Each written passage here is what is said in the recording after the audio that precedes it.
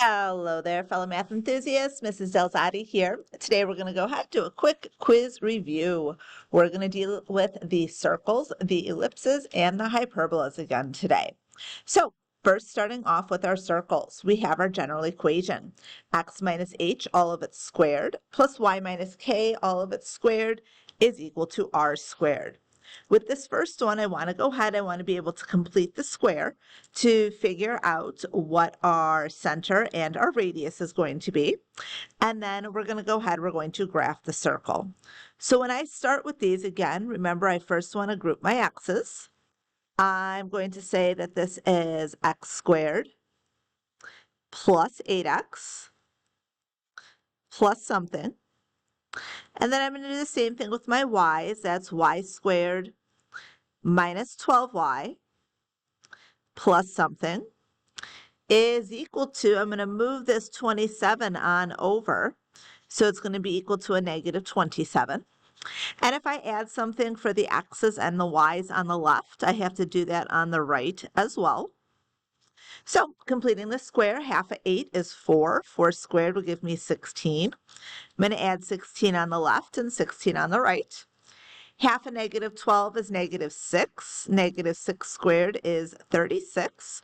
So adding 36 on the left and 36 on the right, which means when I write that as a binomial squared, this is x plus 4, all of it squared, plus y minus 6, all of it squared.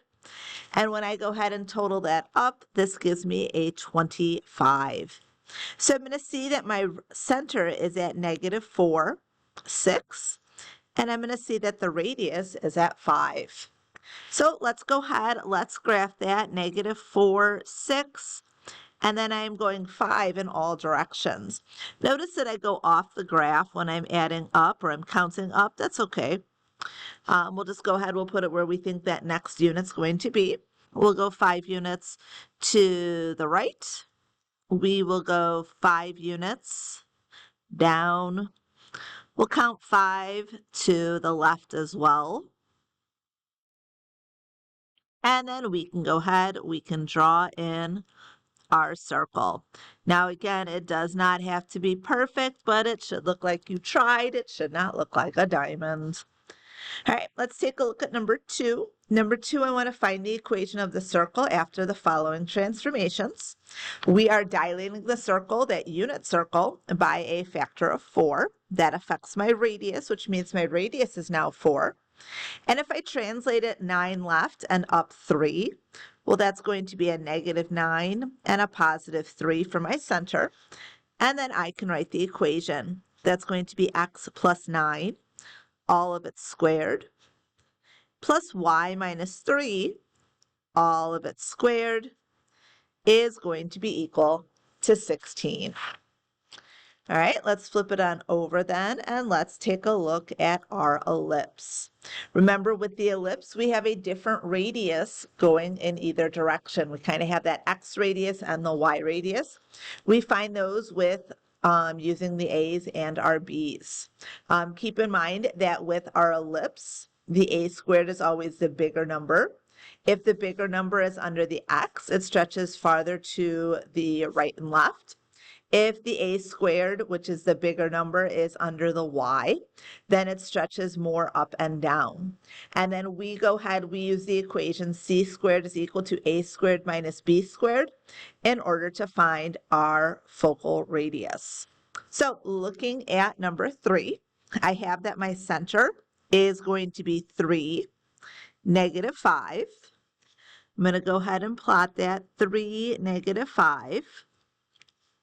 I see that my a value is going to be 7. I find that by taking the square root of 49. My b value is going to be 4. So since the a value is underneath the x's, I am counting 7 to the right and 7 to the left. So counting 7 to the right, I am at the point 10, negative 5. And counting 7 to the left, I am at the point negative 4, negative 5. I want to be able to deal with my co-vertices now as well. So I'm going to use that 4. I'm going to count up 4. That puts me at 3, -1. And I'm going to count down 4. That puts me at 3, -9. Now keep in mind your ellipse is just kind of like a squished circle.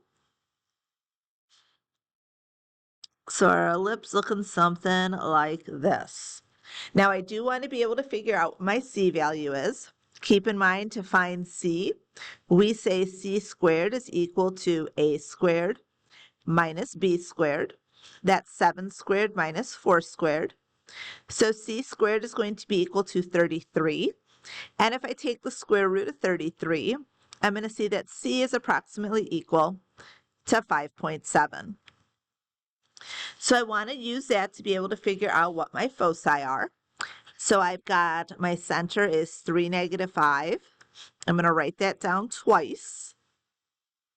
Since I know that the foci are going in the x direction, I am going to be adding that 5.7 and subtracting that 5.7 from the x coordinates. So adding it, I get 8.7. -5, I'm going to plot that one, 8.7, -5, I'm right about here. Here is F1. And then when I subtract it, I've got -2.7, -5. Here is my F2. And then I'm going to record that on the lines there again. I have 8.7, -5, and -2.7, -5. So I've gone ahead, I've dealt with my ellipse here. Let's go ahead now, let's flip it on over and let's take a look at our hyperbola. With the hyperbola, main difference between the ellipse and the hyperbola is we have a subtraction sign. We have one of those values being positive. We have one of them being negative. If the x's are positive, it's going to open in the right and left direction. If the y term is positive, it's going to go ahead, it's going to open up and down. Now, with the hyperbola again, a squared is not necessarily the bigger term. A squared is always going to be what's underneath the positive term. We also have our equation for the foci, that c squared is going to be equal to a squared plus b squared. So looking at number 4 here, I do see that I've got positive y's. Positive y's means that it's going to be opening up and down. So if I'm looking for my center, I'm looking at that x plus 1 squared first, taking the opposite, what's inside. That's going to give me a -1. And from the y term, I have a positive 4. So let's plot that, -1, 4. And then the a value, again, that's underneath that positive grouping there. So since we have the 9, the square root of 9, my a value is going to be 3. And then my b value, the square root of 25, is going to be 5. So the a value goes in the y direction. So I'm going 1, 2, 3 up. And I'm going 1, 2, 3 down, which means that my vertices are at -1, 7 and at -1, 1. To find my co-vertices then, I'm dealing with the 5, so I'm going 5 to the right. And I am going 5 to the left. So my co-vertices are going to be at 4, 4 and at -6, 4. Now keep in mind those vertices and co-vertices, they help us draw in the box for the hyperbola. And that box helps us to go ahead and to draw in the asymptotes that the hyperbola is going to go ahead and follow. So we're going from the center to the corner, each of the corners of the box there. And then that's going to help me go ahead and give me the guidelines for my hyperbola. Now we said that it was opening up and down. So here is part of my hyperbola opening up, and then here is part of my hyperbola opening down. Now I want to figure out the c value. C squared is equal to a squared plus b squared, which means that c squared is going to be equal to 34. And if I take the square root of 34, I'm going to get that c is equal to 5.8. So to figure out what my foci are, I'm going to rewrite my center again. -1, 4, -1, 4. And since it's opening up and down, I'm going to be dealing with my y value there. I'm going to be adding 5.8, and I'm going to be subtracting 5.8. So I have -1, 9.8. Let's go ahead, let's put that guy in there. There is my F1. And then when I subtract it, I have -1, -1.8. And there's my F2. So let's go ahead, write those lines in there again. -1, 9.8, and -1, 1.8. All right, and we've just gone ahead. We have finished up our hyperbola. All right, so quick review of circles, ellipses, and hyperbolas. Del Zadi is done for today. I will see you in class.